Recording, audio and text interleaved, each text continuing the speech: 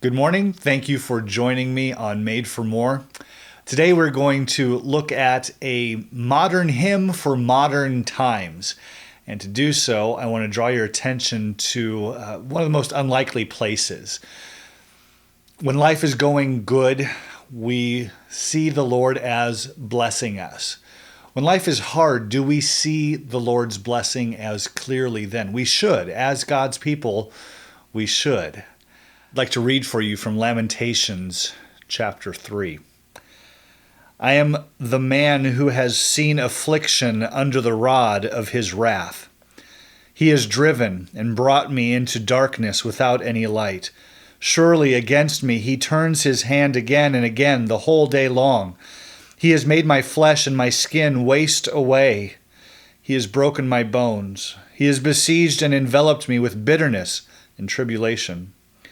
He has made me dwell in darkness like the dead of long ago. He has walled me about so that I cannot escape, and he has made my chains heavy. Though I call and cry for help, he shuts out my prayer. He has blocked my ways with blocks of stones. He has made my paths crooked. He is a bear lying in wait for me, a lion in hiding. He turned aside my steps and tore me to pieces. He has made me desolate. He bent his bow and set me as a target for his arrow. He drove into my kidneys the arrow of his quiver. I have become the laughingstock of all peoples, the object of their taunts all the day long. He has filled me with bitterness. He has sated me with wormwood. He has made my teeth grind on gravel and made me cower in ashes. My soul is bereft of peace. I have forgotten what happiness is. So I say, my endurance has perished, so has my hope from the Lord. These are depressing verses. Very depressing verses. In fact, most people that would be so down that they would write something like this would then turn to the bottle, or they would find some kind of drug to make them happy. They would perhaps even attempt to take their life. Jeremiah doesn't do that.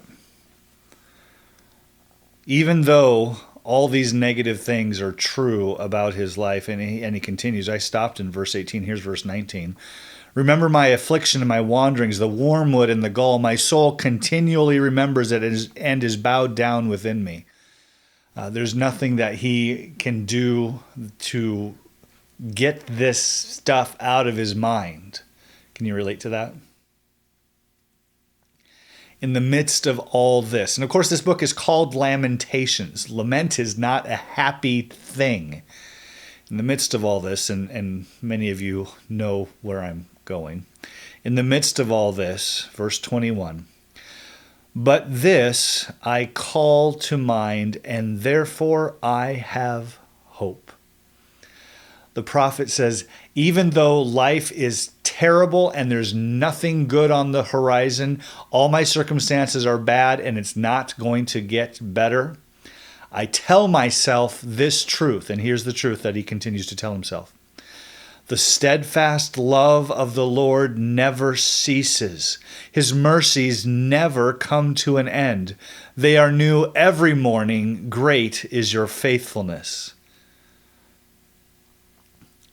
I started out by saying this is going to be a modern hymn for modern times, and yet you recognize the song, Great is Thy Faithfulness. That is not a modern hymn. Or is it? That hymn will celebrate its 100th birthday in about 3 years, give or take. Which means that hymn has only been around for about 5% of the timeline of the church. The church is about 2,000 years old, and the hymn is only about 100 years old. That means for the vast majority of the church, they'd never heard of the song, Great is Thy Faithfulness, and that's really a shame. A very, very fitting hymn to remind ourselves when life is tough that God is good. It's easy for us to say hashtag blessed when we feel like life is good. But the reality is God is always good.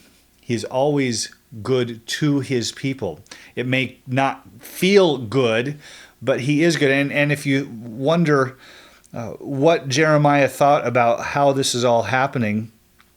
Several verses later, verse 37, who has spoken and it came to pass unless the Lord commanded it? In other words, he's really digging into the sovereignty of God. The next verse, is it not from the mouth of the Most High that good and bad come? And then if you continue to read the rest of the chapter, we've got this high point of trusting in God and worshiping Him for His faithfulness. And then the rest of the chapter starts rehearsing more of the bad things that are happening in his life. No matter how you're feeling, keep reminding yourself that God is good, that God is faithful, that He has not forgotten about His child, and let that encourage you throughout the day.